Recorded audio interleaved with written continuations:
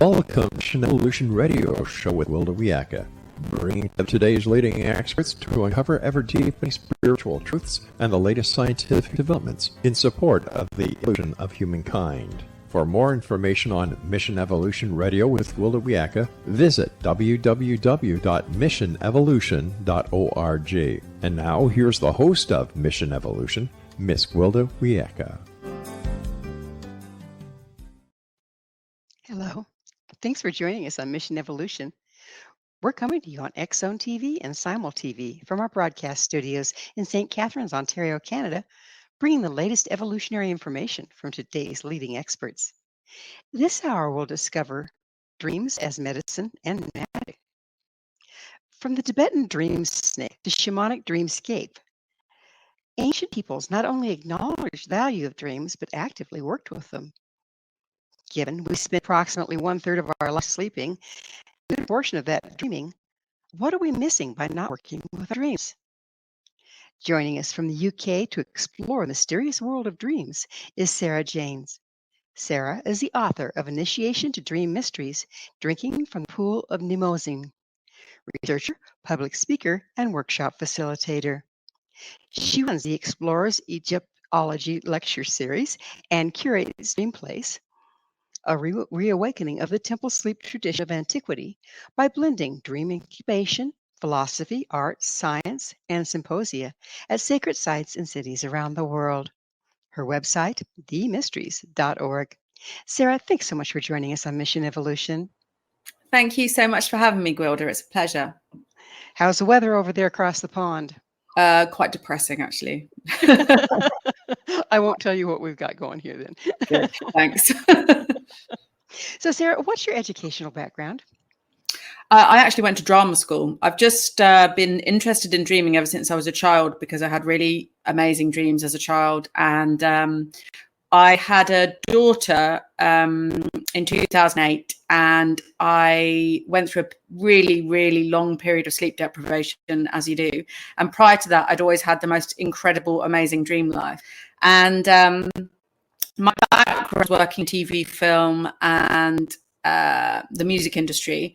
And once I had my daughter and I went through this period of being able to sleep, obviously looking after a young baby, I decided that I didn't want to do late night types of work again. So I thought I might like to go to university and study something along the lines of anthropology or neuroscience or something like that. So I started to sneak into lectures at the University of Sussex, but quickly realized that academia wasn't really for me. But I did meet a lot of very interesting academics. So in order to kind of tailor my own bespoke education, I invited them to come round my friend's house and give a talk on a subject of their choosing. And then I charged all of my friends £5 to come round for dinner and listen to them talk, and then gave them whatever cash I made. So I've kind of tailored this weird, my own kind of university course to some extent. I've been doing it since 2012, and I've had some amazing speakers who have gone on to be pretty well known. Everything from neuroscience to psychology, ancient culture research, Egyptologists, Assyriologists, and scientists of all kinds of disciplines, really, from like AI technology to sex robots we've spoken about. So yeah, it's been really interesting. It's amazing talking to the leading edge people, isn't it? It just broadens one's horizons.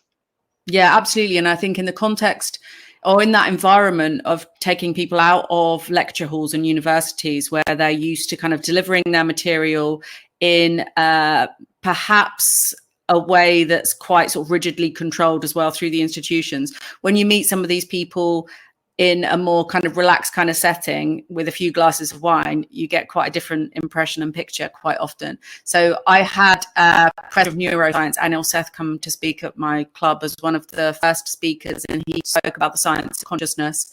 And he's gone on to produce like a very successful best-selling book, Being You. So these, academics, I always worked with bands prior to that. So I always worked with a lot of American psychedelic bands, and it's a lot easier to organize one person to come and speak to a room full of people than a whole band to perform at a venue. So I really enjoyed it, and I've learned so much as well. And because you are getting these kind of firsthand interactions with people as well. It means that you can ask your own questions. So rather than looking at things online or reading their books, having them in front of you, having read their book, being able to ask them the questions that you want to ask is absolutely amazing. Great opportunity. I can imagine. So your bio says you're a researcher. Mm-hmm. What do you research? Predominantly at the moment, it's ancient incubation cults in ancient Greece. Really, is what I'm most interested in. My book is a sort of history of the dream being considered a form of magic and medicine, mainly in the Western esoteric tradition. So I'm interested in traditions around the world, but the Western esoteric tradition, the history of Anatolia through the ancient Near East, Egypt and Greece is what really interests me, because I feel that that's my heritage. You know, that's our sort of ancestral wisdom in the West, is in Anatolia, in the ancient Near East, in Egypt and Greece. So that's something I've been fascinated with. And actually, one of my guests at my lecture club, Dr. David Luke, he spoke about lucid dreaming and about the existence of sleep temples to me for the first time in, I think, about 2012. And this just hugely inspired me, because it was this obvious marriage to me of ancient cultures and the power of sleeping and dreaming. So because I've always been fanatical about sleeping and dreaming, always had amazing lucid dreams, and they've been a preoccupation for my entire life. So I've read everything I can about dreaming since I was a child. This idea that there was this ancient cult of dreaming purposefully was really incredible and fantastic to me. So that started the ball rolling on me researching the ancient cultures of dream incubation, using dreaming as a spiritual practice, I guess. What is dream incubation? So obviously you do an egg. Yeah. Well, it's a bit like incubating your kind of and nurturing your dream to provide something that you want. So the simplest essence of dream incubation is going through any processes or rituals that help you get the dream that you want. So you might incubate a dream because you want to meet, in the ancient world, a particular god or goddess, or you might incubate a dream because you want a solution to a problem that you're facing and you can't think of it in your ordinary waking consciousness. Or so is it could a be dream wish fulfillment as well. So is a dream incubation like setting your intent where you want your dreaming to go? It's a very strong intention, and in the ancient world that would usually involve like certain ritual practices to achieve that aim. So things like purification, fasting, making offerings to the gods, praying to the gods, and certain sort of psychodramatic techniques are employed in those temples as well, where, you know, the people working in the temples may dress up as the gods or goddesses, or they may perform some sort of rituals to invoke the gods. So in invoking the gods, do they invoke them then into the dream of the people that are in the temple? Yeah, exactly. So for the longest time, even in deepest Stone Age history, I would say, ancient people believed that dreams were this portal to the other world. And this other world was the realm in which deceased people went to once they died. I mean, I do think that dreaming encouraged some of the first ideas about religion, about this idea that there's an afterlife, because it's incredibly convincing evidence, really, for anyone who's ever had a dream that they've met a loved one, a deceased loved one in a dream. It's a really powerful, moving experience. And for ancient people, I think that would have been considered really strong evidence that you go somewhere when you die, and that this place is accessible through dreaming. So I know some of the ancient traditions, like the Aborigines, looked at it the other way around. They believe they dream this reality into being. Is there some form of dream incubation, if you will, that can then impact ordinary reality? I think so personally, and certainly this is something that was used in more of a mythological way in, say, ancient Greek sleep temples. So in the ancient Greek sleep temples, the Asclepians, because they were dedicated to the dream healer god Asclepius, they were places where you were to undergo a kind of pseudo death, because death was seen to be the brother of sleep. So by going through this ritual, this fake death, and in this fake death, you're able to have contact with this dream healer god Asclepius. So this is the ideal realm in which to encounter Asclepius. your sick self dies in that dream world. Your sick self dies in the underworld where Asclepius is king. And then when you wake up, you're reborn, and you're reborn healthy and well. So in the Asclepian tradition in ancient Greece, dreams were considered to be divine dreams where you had contact with the gods or goddesses, were considered to be able to spontaneously heal someone through dreaming, through contact with the divine in the dream. I know I've actually interviewed some people that have had dreams that showed them that they had a physical illness that hadn't been diagnosed yet. Is it kind of related to that, where you start to become in tune with another access point to your health? Yeah, absolutely. And that's something that ancient Greek physicians talked about, the fact that you may start to see in a dream your body and your hum as a kind of landscape. And so within the dream, it may be revealed to you areas of your body that are not well, that you might not be consciously aware of. We're just about out of time in this segment, but is spiritual illness also addressed in that way? Yeah, absolutely. And I think in the instances of the ancient Greek sleep cults and a lot of these dream cults, you can see these as being kind of Western manifestations of shamanic healing practices. They're essentially considering that sickness and illness is something that the gods give you, and the gods have the power to take away. So the shamanic healing traditions, was this practice, would you consider what was going on in the ancient dream temples in Greece shamanic in nature? I absolutely think, yeah, it's very shamanic seeming in nature, this kind of magical view of the world and of dreams as being a route into the spirit world, definitely. Well, shamanic journeying is a form of a dream, is it not? Yeah. Yeah, and it's I believe common to all shamanic practices, and they're all over the world. It's pretty amazing how they all spread, here and there and hither and yon, and yet they all have so much in common, don't they? Yeah, absolutely. And I guess this has a lot to do with the fact that ancient people had a different hierarchy of states of consciousness, or, that's one way of expressing it. So dreams were considered to be just as important. These altered states were considered to be just as valid and as important, and things that people experienced in their dreams. One of the sort of one of the main preoccupations with dreaming in the ancient world is this idea that dreams can reveal the future. So that in and of itself speaks volumes about the way that people were viewing dreaming.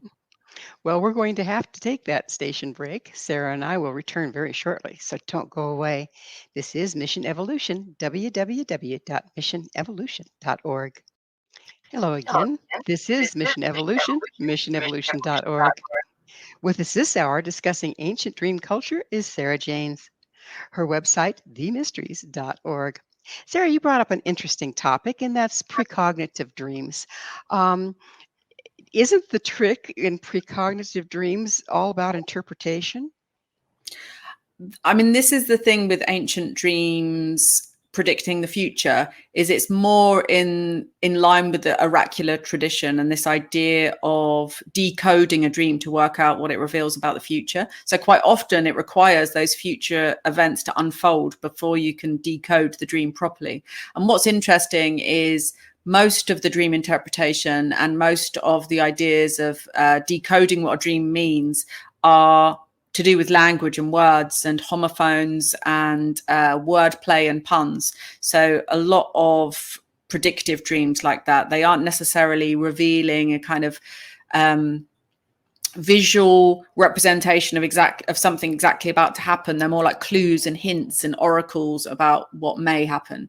And then in Mesopotamia, where I like this idea, in the ancient Near East, there's certainly this idea that basically the gods are in charge of your fate and destiny, and you're allotted these personal gods in the ancient Near East when you're born. And if you do something to annoy them, then they withdraw their favor from them. So you have to be careful not to annoy the gods, obviously. And one way they might show you that they're not happy with you is by sending you nightmares. And then if you have like a bad oracle, you have some sort of bad divinatory warning, omen, you can plead with the gods, placate the gods, and then they can change your fortune for you. So I quite like that idea. It's not set in stone. There's opportunities to change your fate at any time if you make the right kind of prayers and offerings. So the precognitive dreams are more like tapping into the wave that's moving through things rather than exactly what's going to come in the future. Yeah, absolutely. I think so. And there is this idea of the future being kind of flexible, that it's morphing all the time, like a dream, I guess.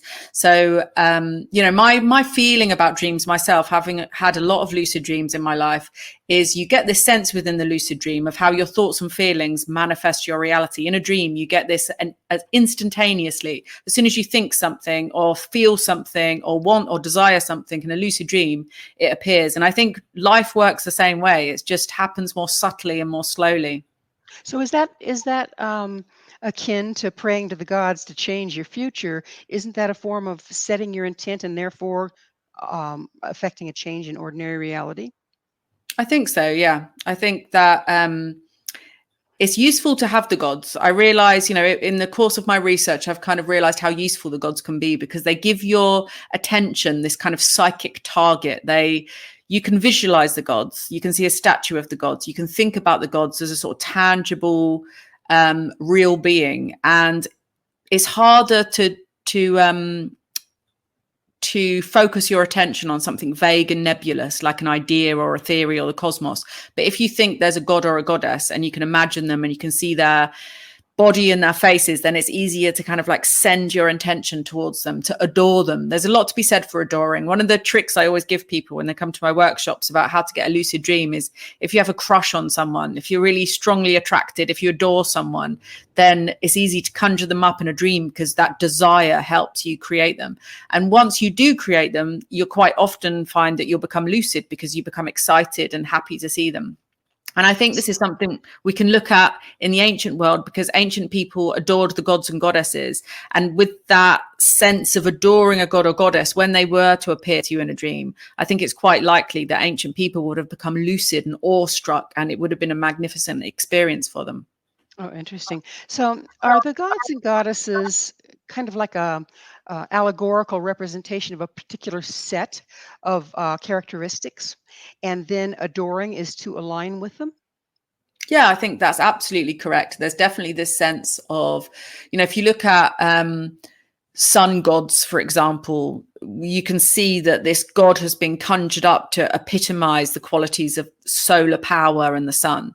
And there are so many nature gods in ancient Greece as well. And, for example, my favorite goddess is the goddess Mnemosyne, whom my book is dedicated to, the goddess of divine remembrance, of eloquence, of eruditeness. She's the goddess of sense making. And to me, she's almost like the personification of lucid dreaming, because within lucid dreaming, when you become lucid, you kind of remember who and where you are perfectly. And you're conscious of the fact that you're in this fabricated realm of your imagination, and you have this incredible, awesome feeling.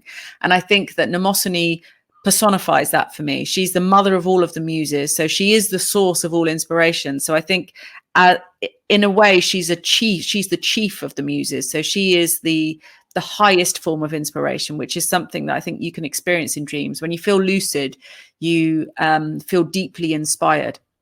So you've been speaking about lucid dreaming. For those of us that haven't maybe not had or recognized a lucid dream, what is it? How can you tell you're having one?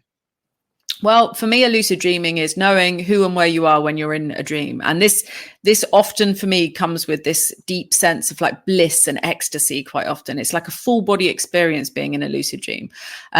Scientifically speaking, neuropsychologically speaking, your frontal cortex is activated. So you're able to access self-critical thinking and self-reflection, critical thinking, and you just know who and where you are. The dream world is very sort of tangible and real feeling. Often people describe it as being more real feeling than ordinary waking reality. So that sounds really exciting in that you're who you are, you think like you do, but you can fly, or you can.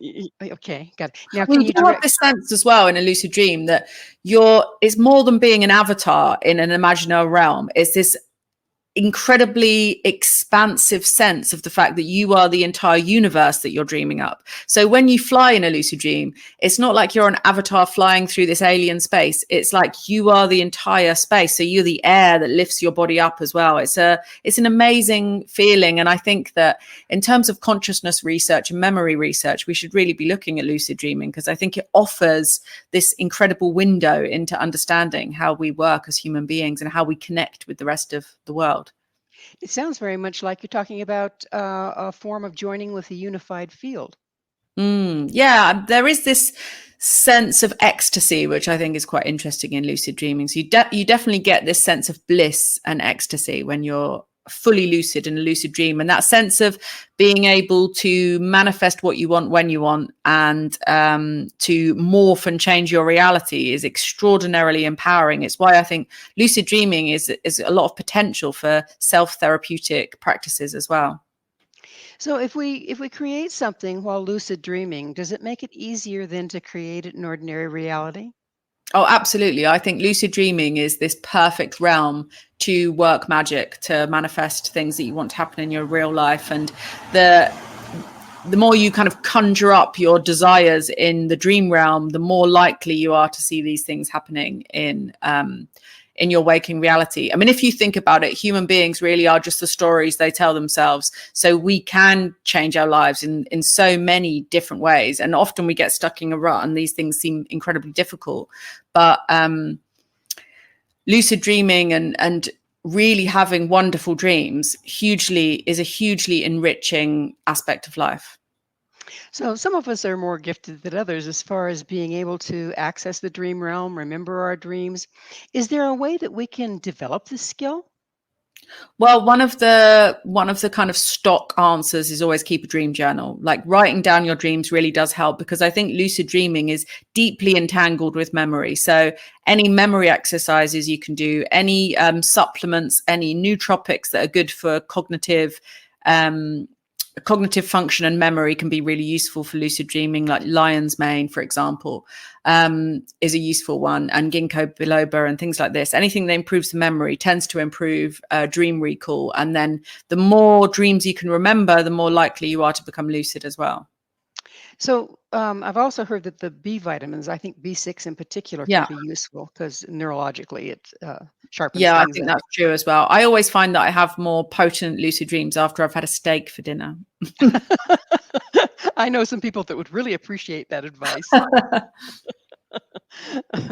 So if you're starting to have lucid dreams, are you able then to direct the dream itself? Yeah. So I think lucid dreaming is kind of a spectrum. So some lucid dreams, you can literally tear the fabric of that dream reality. Other lucid dreams, you're fully conscious within the dream, you know who you are, and yet you're not able to exert that much influence. So I think that it's less cut and dry and less black and white than it necessarily gets represented. And I think that there's a whole sort of palette of lucid dream type experiences you can have. So if we're lucid dreaming and we're working with dream incubation, can we find ourselves lucid dreaming around the topic or the people that we want to? Yeah, absolutely. So setting an intention, one thing I would say about trying to encourage lucid dreaming is just make a ritual out of going to bed every night. Or if you're really tired at the end of the day and you don't have a lot of headspace for creating this ritual, perhaps you can allot some times for afternoon naps, because afternoon naps quite often can be lucid, because we tend to have quite shallow sleep during afternoon naps. And quite often there is background noise or there's more light than we would normally experience. So afternoon naps can be really great. One thing I would recommend is yoga nidra can really help you to relax and to just be able to expand that hypnagogic experience. Because one of the best ways for me of having a lucid dream is when you practice what's called the wild technique, the wake-induced lucid dream, where you start thinking about a dream that you want to have, and you fall into that hypnagogic reverie as you're falling asleep, and you follow, like, I describe it like Alice falling down the rabbit hole. You just hold on to this sort of slight awareness of the fact of who and where you are, and you drift into a dream. And as you'll see, During hypnagogic reverie, quite often, if you're thinking about things or ideas or words pop into your heads, you'll notice that those things will flash up immediately. It's like you manifest them instantly. And so what happens when you drift through hypnagogia, you find yourself in the dream. And like in Alice in Wonderland, the dream world is like the corridor at the end of the rabbit hole. And then you're in this world, in this dream world. And if you can maintain an awareness of drifting off to sleep, that can really help. And isn't that we're just about out of time in this segment, but isn't that where we do access these kind of dreams, is when we're at that transition point between waking and sleeping?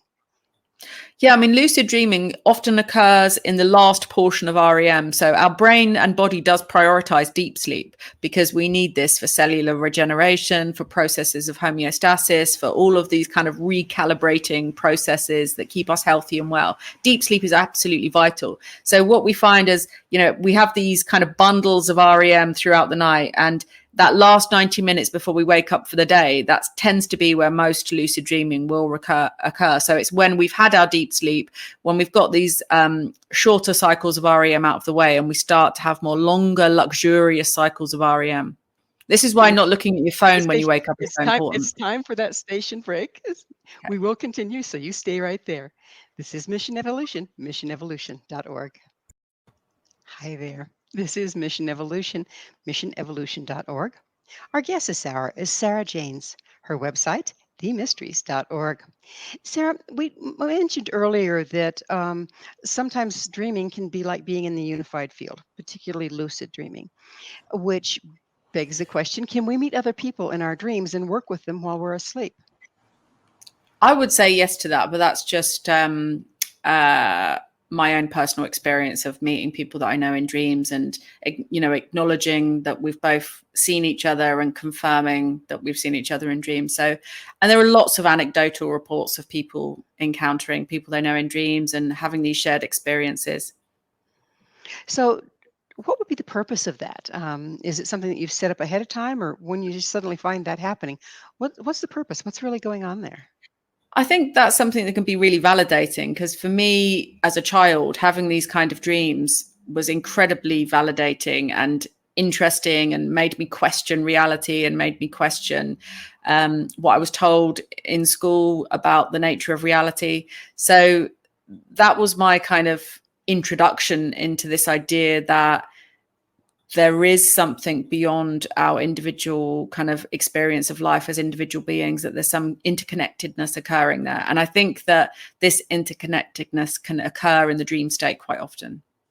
Do you think the interconnectedness is also promoted in ancient times by worshiping the same gods and goddesses as one went into dream incubation?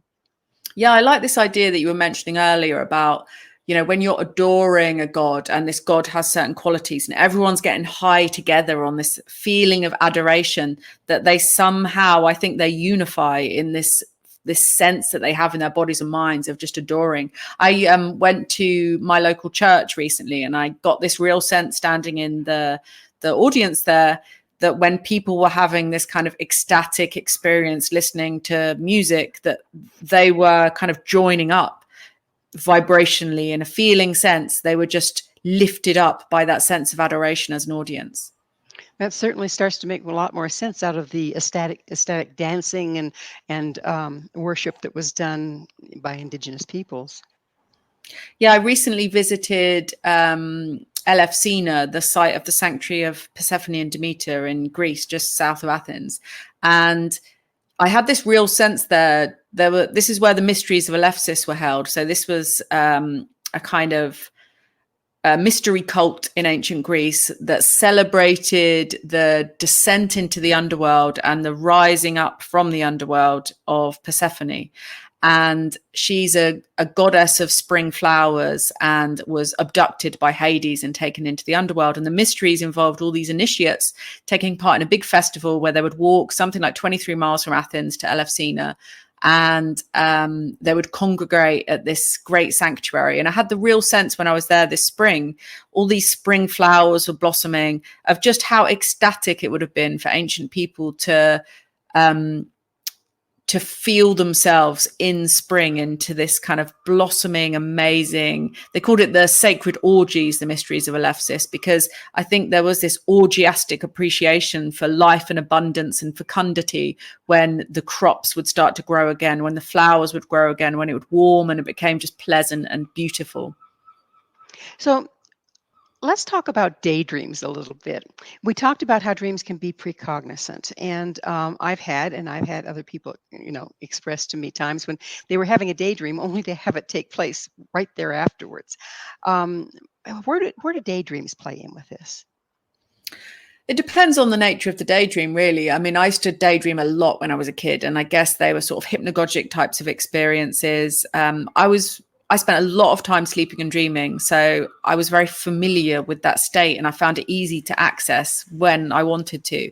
And I think this is why children have such fantastic dream lives quite often. I do a lot of workshops with kids, and they will often tell me like great details about their dreams. And I think part of that is because they're exercising their imaginal abilities all the time. And as a child, I remember playing imaginary play was a huge part of my life. I just imagined stuff, like I could see things, and it wasn't like I was kind of going mad and having hallucinations. I was just able to hold this kind of imaginal overlap and see a kind of fantasy scenario, or give life to dolls in a house, for example, or little creatures. Or even I remember playing with a circuit board and imagining it as a city with lots of cars and people in houses and stuff. So I think children just have this natural ability to imagine things, and as we grow older we tend to focus too much perhaps on material real things, what's already there, versus creating it. Exactly. If you can't imagine it, you can't create it, can you? Yeah, that's a good point. I mean, I think that we probably need to reawaken our inner children a little bit. A lot, maybe. How do you think that imagination and dreams relate? Well, I think for me, when I had my daughter in 2008, I didn't dream as much. I wasn't sleeping very well, so I didn't have very good dreams. And I felt bereft. I just didn't feel like myself at all, because I felt such creative enrichment from the dreams that I had. Like every morning I'd wake up and I felt like me, because I had dreams and because I was exploring this dream world that I loved and that felt like a manifestation of my psyche and my inner world. So to lose that was really, really distressing. And then when I finally got back to lucid dreaming, I was so appreciative of it. And it really made me want to think about dreaming a bit more, think about it a bit more consciously. When I was younger, I used lucid dreaming more in terms of wish fulfillment. If I had a crush on a boy in my class, I would like kiss him in my dream, or I'd get good Christmas presents, stuff like this. And then after I had my experience of sleep deprivation, I really appreciated just how amazing dreaming is and how it can inform creativity. I like to use things and symbols that appear in my dreams in artworks, in stories. And I use story quite a lot in my book because I really love writing stories and fiction. And I wanted to incorporate stories and fiction into my book because I think that when you read a story, when you read fiction, you engage with it in a more sort of deep a meaningful way. You are able to feel emotionally connected and imagine yourself in a scene that quite often doesn't happen when you read nonfiction books. Speaking of which, I've again heard a lot of people and experienced myself where a lot of inspiration, information, things that you're going to write about come through in my dreams, or I'm just starting to wake up. I'll write down what's going through my head real quick, and it'll absolutely align with the project I'm on and the information I'm trying to bring through. How does that work, and where are we getting that information?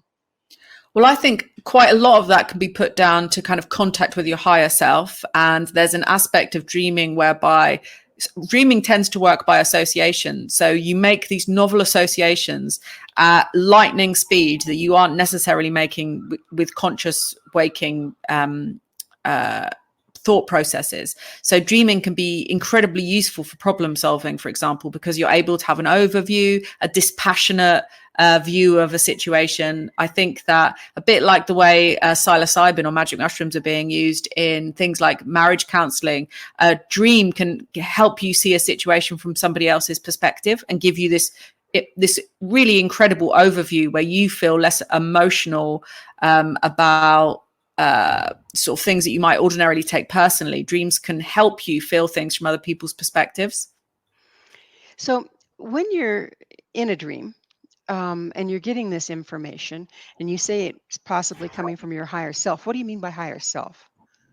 I mean, I think we have an extraordinary memory that I think is quite underestimated, and we're taking in information all the time. I do think there's also a collective consciousness which we can tap into, but I think we're aware of a lot more than we think we are, and in dreams we're processing this at a rate of knots. It's happening so fast, and we're able to make these novel associations across this vast amount of information that we are privy to really quickly. So I think that quite often this can lead to these sort of inspirational aha moments. But I also think that dreaming does provide access to this kind of collective field of consciousness. So perhaps in certain circumstances, something entirely new pops up in a dream that we have never experienced before. You've mentioned several times now the speed at which things happen when you're dreaming. Why is that? Why is there more speed in our dreams than there is in our waking times? I think it's a really fascinating area of study, how we perceive time in dreams. And I have a friend, Daniel Oldis, who's a dream researcher in California, and he was telling me about a study he did where he was trying to make sense of time perception in lucid dream episodes.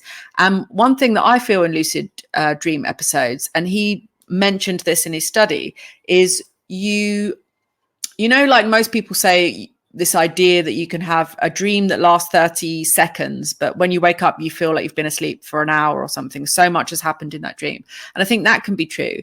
But quite often in lucid dreams, you get this sense that time doesn't necessarily pass more slowly. In fact, in lucid dreams, people are able to count accurately how much time they think has passed, for example, like an amount of seconds. So they're able to track time, and it seems to track with our ordinary perception of time in a lucid dream. That's one of the defining features of lucid dreaming, actually, is that time seems to pass the same as it does in waking reality. And also you're able to remember a lucid dream perfectly. You won't have any issues with forgetting a lucid dream because of the way that your mind is working when you're having a lucid dream. But the experience I do have, and this is how Daniel's study played out as well, is this time expansion seems to happen because you're not experiencing time from one fixed point. You seem to be experiencing time from multiple perspectives somehow. Time just seems infinitely expanded. So there's no time, and yet you're still able to track time according to your ordinary waking perception of it. I wonder if our mind and our imagination being freed up from our body's just laying there repairing itself. So it's not demanding that much of our attention. I wonder if being freed up from the bodily experience helps with that. Yeah, I think you could be onto something there. I think that's true. And I think another thing in terms of the body and dreaming is, this is one of the things I don't understand with regards to the study of consciousness, even in taking the most materialist, reductionist view possible, that consciousness resides in the brain. That's ridiculous, because the brain is just part of our body and our organism. So even the most materialist, reductionist tests of consciousness should be scanning the entire human organism, because it doesn't make sense to just look at the brain. I've always found that really peculiar. And I think with regards to dreaming, we're also experiencing the world in a different way. We're having this like full body experience. As you say, we're paralyzed when we're sleeping and dreaming. So we aren't able to move our bodies. The only things that move are our eyes, and we're obviously still breathing. And I think you can make tiny micro movements in your fingertips. It's that time again for another station identification here. So please stay with us. Sarah and I will continue to explore the hidden power of dreams. This is Mission Evolution. www.missionevolution.org. Welcome back. This is Mission Evolution, missionevolution.org. This hour, our expert guest is Sarah Janes. Her website, themysteries.org. Sarah, I know we've danced around it and spoke of it a little bit, but let's go a little deeper into dreaming and healing and how dreams can be healing. Well, that's very interesting, isn't it? That's something that I'm particularly interested in, looking at all of the research from especially ancient Greek sleep temples, where this is really well documented. They were apparently successfully healing people in dreams throughout 2,000 years. The Greek medical system started off as being mostly a sort of magico-religious healing modality, so mostly healing because of spells, magic and ritual, and then slowly developed into more surgery, medicine, and just the ordinary kind of doctoring and physician types of interventions that you might expect these days. But, you know, one of the things I find incredible about the ancient Greek tradition is they had this fantastic sense that I think we need to get back of holistically healing people, thinking about the place where they were being treated as being beautiful, aesthetically beautiful, full of nature, full of beauty and trees and flowers and pure water and springs and all these kinds of things. I think we need to bring back into modern healthcare, because I think there's a sense that I certainly get from looking at ancient Greek ideas about healing, that there was this idea that people could be healed by harmony, by beauty, and by contact with nature.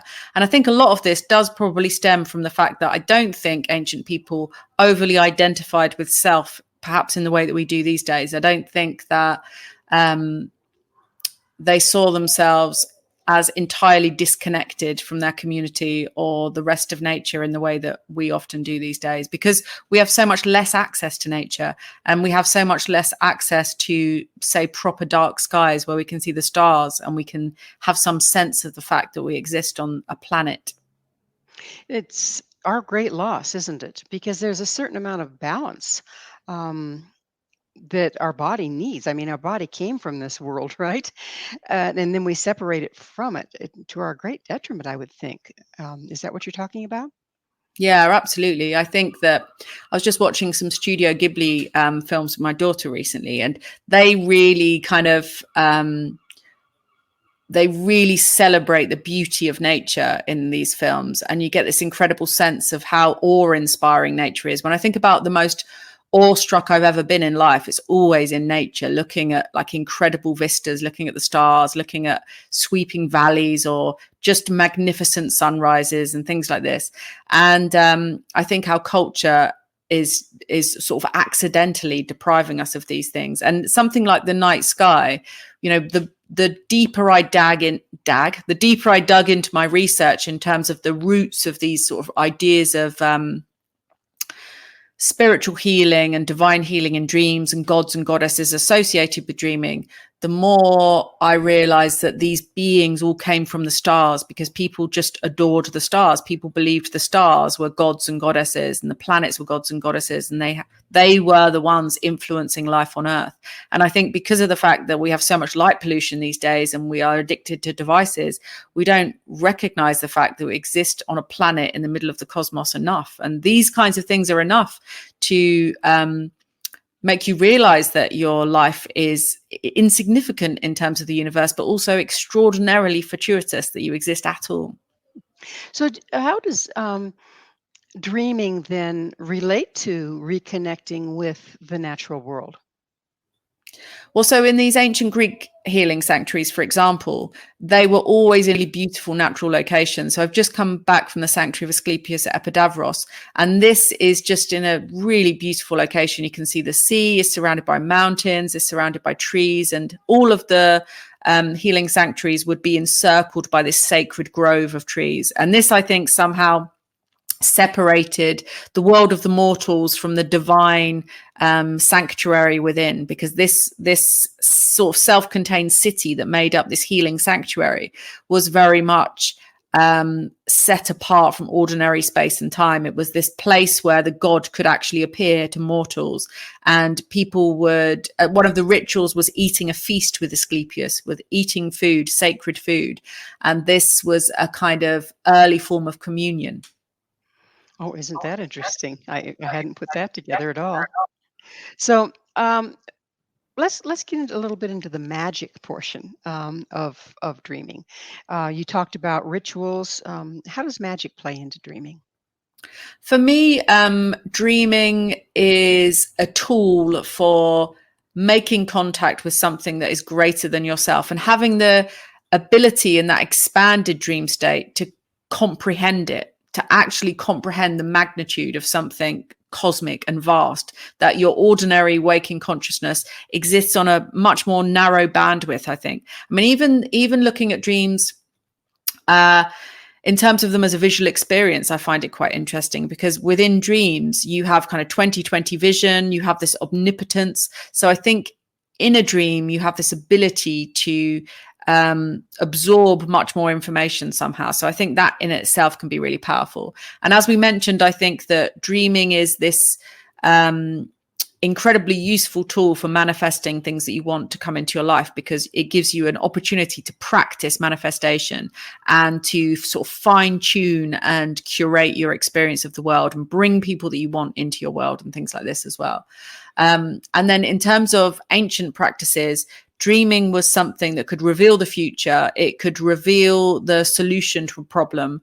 It had a lot of different magical applications, and it was kind of the primary form of magic in some ways in the ancient world as well, because it was certainly the kind of premier divinatory method, and was used to work out courses of action, successful courses of action quite often. Amazing.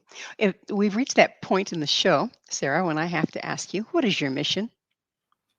My mission is to reactivate an interest and love of dreaming, to improve healthcare and culture. I think culture is vitally important, and we're really, really missing culture. We need a rich culture. I think it's vitally important for human beings to love the world and to love one another, and we achieve these things through culture. Yeah, it's a beautiful mission, because we have segregated ourselves to the point that I think we're all suffering for it.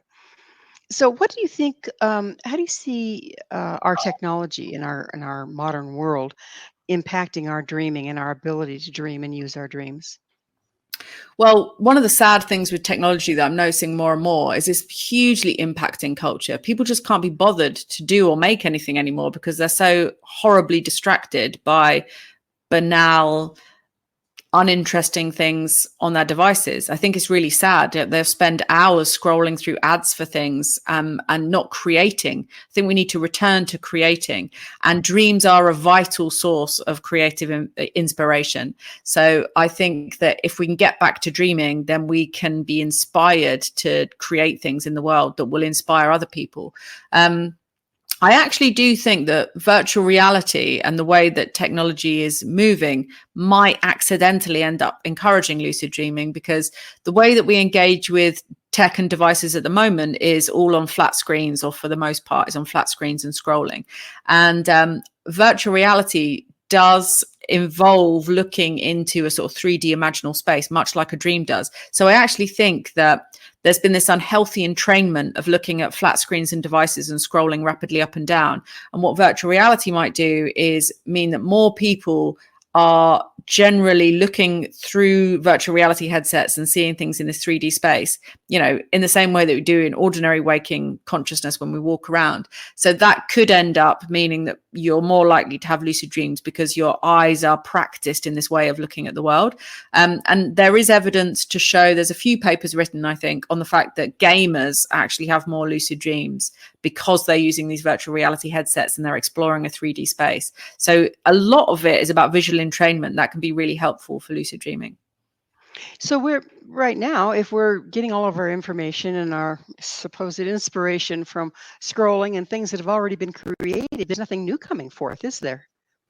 There's not a lot, is there? And I think even in terms of, you look at the average high street these days, and you look at the average new build or new housing place or new hospital, there's no culture there. There's no beauty. There's no sense of the aesthetic. And I think that beauty and harmony in our environments could actually heal people in subtle ways. If you're somewhere beautiful as opposed to somewhere ugly and horrible, where you have views of nature, where the air is clean, I think we used to have this understanding of healing up until incredibly recently, and more we are separating ourselves from the natural world, from the sense of needing and requiring beauty. It's not a luxury. We should be investing in it.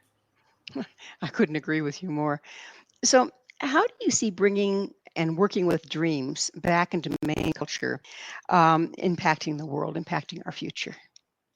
I think they can help us problem solve. I think dreaming can be incredibly useful for making novel solutions to problems that we haven't encountered yet. So I think it actually could be employed in corporations and businesses, that people spend time dreaming and sleeping and napping to have good inspirations. And inspirations that come from dreams are quite often very good. I don't know how many inspirational dreams, really terrible leaders have had, but there's plenty of information about people, artists and creators and kings and queens having inspiring dreams that have helped them to make good decisions. So I think dreams often offer really good solutions to problems, and it's something that we could reincorporate back into our culture. And I think children need to rediscover dreaming. They're the most important ones, and that's the biggest tragedy as well. If children are on devices and therefore neglecting their dreams, and therefore not given the space to develop themselves in dreams. I think we actually develop ourselves in dreams. You know, babies spend an inordinate amount of time in REM. They spend something like 80% of their time in REM. And I think during that time period, they're constructing their ideas of themselves, they're constructing their inner world, they're creating a memory palace or psychic architecture of who they are and where they are and why they are. And without that, they're going to be lost and zombie-like. And I think it's really important that children, especially young children, don't use devices too much, because they're horribly distracting and addictive, and they atrophy imaginal capabilities. Absolutely, they do. Well, unfortunately, time has just flown and we're now out of it. Sarah, thank you so much for coming on the show and sharing your wisdom. Thank you, Gwilda. It's a real pleasure. Thank you for having me. Our guest this hour has been Sarah Janes, the author of Initiation into Dream Mysteries, Drinking from the Pool of Mozin. Her website, themysteries.org. This has been Mission Evolution with Gwilda Wiyaka. For more information or to enjoy past archived episodes, visit www.missionevolution.org. And please be sure to join us right here next time as this mission continues, bringing information, resources, and support to our evolving world.